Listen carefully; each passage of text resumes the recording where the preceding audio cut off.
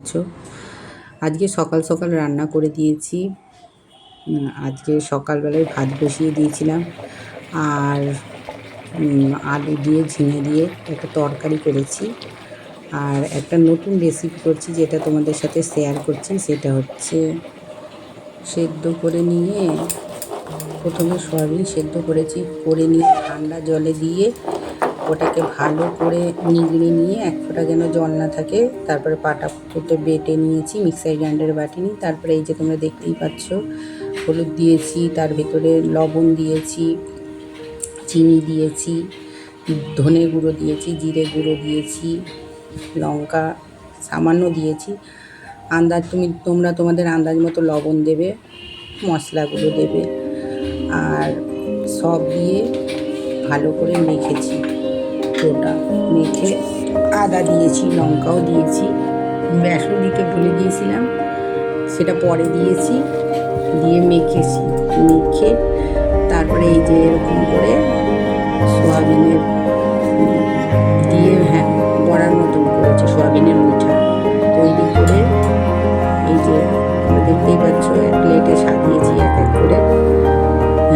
এরকম করে তোমরা করতে পারো, খেতে খুব ভালো লাগে জিনিসটা।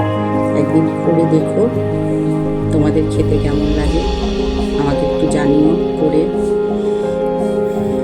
তারপরে কড়ার তেল দিয়ে দিয়েছিলাম, কড়াতে প্রথমে একটা দিলাম যদি ভেঙে যায়, কেন প্রথমে বেশি দেবে না।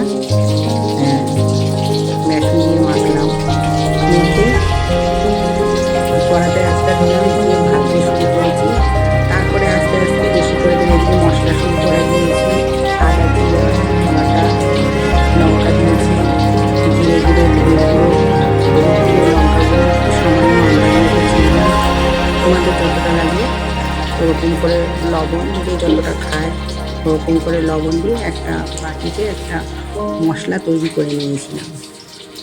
মশলা তৈরি করে নিয়ে যে দেখতে পাচ্ছ ইয়েগুলো ভাজা শুরু হয়ে গিয়েছে, বড়াগুলো। এগুলো একটুখানি কড়া করে ভাজতে হবে, না হলে ভেঙে যেতে পারে ঝোলে দিলে।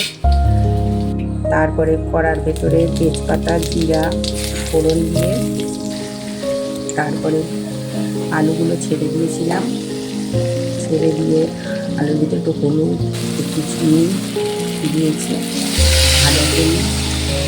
যে যতটা ঝোল খাবে সে ততটা জল দেবে পরিমাণ মতো, দিয়ে ফুটিয়েছি। ফুটানোর সময় এগুলোকে ঝোলের ভিতরে এক এক করে ছেড়ে দিয়েছি। 2 থেকে 3 মিনিট হওয়ার পর ওটাকে নামিয়ে দিতে হবে। ঘি গরম মশলা দেবে, তাহলে টেস্ট হবে। ঘি দিয়েছিলাম একটু, আর একটু গরম মশলা দিয়েছিলাম। খেতে ব্যাপক হয়েছিল, তোমরাও খেয়ে দেখো, যদি ভালো লাগে আমাকে কমেন্টে জানিও। আশা করি তোমাদের ভিডিওটি ভালো লাগবে। ভালো লাগলে অবশ্যই কমেন্ট শেয়ার করো। Thank you viewers.